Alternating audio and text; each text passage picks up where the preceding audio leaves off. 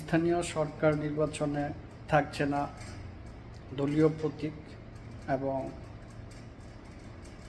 স্থানীয় সরকার নির্বাচনে উপজেলা পরিষদ নির্বাচনও হবে না। গুড মুভমেন্ট বিএনপির এটা। মূলত বিগত ফ্যাসিস্ট শাসক গোষ্ঠী স্থানীয় পর্যায়ে দলীয় প্রতীক এজন্যই এনেছিল, বাংলাদেশের রাজনৈতিক কালচারে দলীয় প্রতীক মানেই একটা দলীয় প্রভাব বিস্তার করে। আপনি দলীয় প্রতীক পেয়েছেন মানে দলের সমর্থন আপনার উপরে। যারা সাংগঠনিকভাবে রাজনীতি করে, ইচ্ছাই হোক আর অনিচ্ছাই হোক, তাদের ওইটা মেনে নিতে হয়। আর এটা তো অস্বীকার করা যাবে না, সর্বক্ষেত্রে না হলেও কিছু কিছু ক্ষেত্রে অর্থ প্রভাব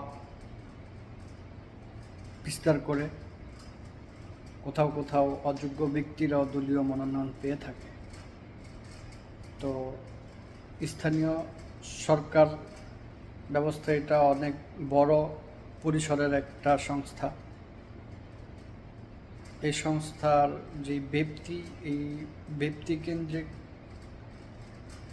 প্রতিটা ব্যক্তি যোগ্য হিসাবে সিলেকশন করা কঠিন হয়ে পড়ে। তো সেই ক্ষেত্রে অনেক ক্ষেত্রে দেখা যায় যে যোগ্যরা প্রার্থিতা বঞ্চিত হয় দলীয় মনোনয়ন থেকে। তো যখন ফ্যাসিস্ট শাসক স্থানীয় সরকার নির্বাচনে দলীয় প্রতীক এনেছিল, তখনও এই সিদ্ধান্তের বিরোধিতা করেছিলাম, এবং আজকের দিনে বিএনপি যখন স্থানীয় সরকার নির্বাচনে দলীয় প্রতীক আর রাখবে না বলে ঘোষণা দিয়েছে, এটাকে পূর্ণ সমর্থন রাখি এটার উপরে। কারণ আওয়ামী লীগকে ফ্যাসিস্ট হিসাবে প্রতিষ্ঠিত করার জন্য এই স্থানীয় সরকার নির্বাচনী ব্যবস্থাগুলো একটা অংশ। কারণ এই নির্বাচনগুলোতে তাদের যারাই দলীয় মনোনয়ন পেয়েছিলেন, তারা দলীয় সন্ত্রাস, ক্যাডার এবং দলীয় ক্ষমতা প্রয়োগ করে রাষ্ট্রায়ত্ত যতগুলা আইন শৃঙ্খলা সদস্য আছে সবগুলোকে তারা নিয়ন্ত্রণ করে নির্বাচনটাকে এককেন্দ্রিক করে নিজেদের প্রার্থীতাকে জয়ী করে নিয়ে আসছে। কোথাও কোথাও তো এমনও ঘটনা আছে যে দলীয় প্রভাব বিস্তার করে তারা কোনো প্রার্থিতাই রাখে নাই, বিনা প্রতিদ্বন্দ্বিতায় তারা চেয়ারম্যান হয়ে গেছে।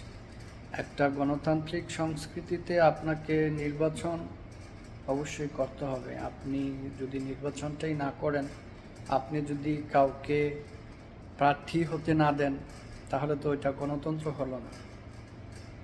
আজকে আপনার ক্ষমতা আছে, আপনি শুধু ক্যান্ডিডেট হবেন, অন্য কাউ ক্যান্ডিডেট হলে তাকে আপনি ভালোভাবে গ্রহণ করবেন না, আপনার পেশি শক্তি ব্যবহার করে তাকে হুমকি দিবেন, বা তার উপরে আপনার ক্ষমতার অপপ্রয়োগ করে তাকে আপনি নির্বাচন করতে দিবেন না। এটা তো গণতন্ত্র না। তাইলে তো এটাও ফ্যাসিস্টেরই একটা চরিত্র। কাজেই আমি মনে করি বিএনপি এটা খুবই একটা ভালো সিদ্ধান্ত নিয়েছে। এটা বিএনপির সংগঠনের জন্য অত্যন্ত গুরুত্বপূর্ণ ছিল, কারণ এই দলীয় প্রতীক নির্বাচনের জন্য সংগঠন অনেক দুর্বল হয়ে পড়ে। কারণ সংগঠনের প্রতি অনেকে আস্থা হারাই ফেলে যখন একটা স্থানে একজন ত্যাগী, নির্যাতিত এবং যোগ্য ব্যক্তি সিলেক্টেড না হয়ে একজন অযোগ্য অপদার্থ ব্যক্তি সিলেকশন হয়, তখন মানুষের দলের প্রতি একটা বাজে মেসেজ আসে। সেই ক্ষেত্রে দল সাংগঠনিকভাবে অনেক দুর্বল হয়ে পড়ে। এবং যেহেতু জাতীয় প্রতীক, এটা একটা দলের একটা মূল স্তম্ভ, এটা দলের একটা ইমেজ সংকটে পড়ে। সেজন্য অনেক ক্ষেত্রে দেখা যায় যে দলীয় ক্ষমতাসীন দল তার দলীয় প্রভাবটা এখানে অনেক সময় ইচ্ছাই হোক অনিচ্ছাই হোক প্রভাব বিস্তার করার চেষ্টা করে, যাতে দলের সুনামটা অক্ষুণ্ণ থাকে। এই তো। আর দ্বিতীয়ত, উপজেলা পরিষদ নির্বাচনও যেহেতু অল্প কিছুদিন হয়, যেটা বাংলাদেশের ইতিহাসে আগে ছিল না, সংসদ সদস্যরা এখন উপজেলাতে অফিস পাবে।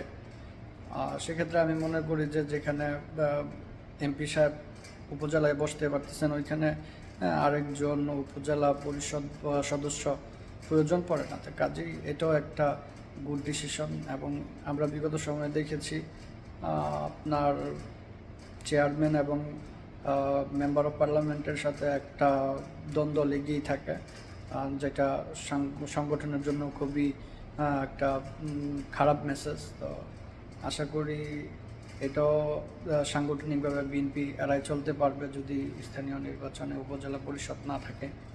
তো সব মিলিয়ে ওভারঅল যেই বিষয়টা সেটা হচ্ছে বিএনপি এই স্থানীয় সরকার নির্বাচনের এই সিদ্ধান্তগুলো খুবই সময় উপযোগী এবং সংগঠনের জন্য খুবই ফলপ্রসূ একটা সিদ্ধান্ত। ধন্যবাদ বিএনপিকে।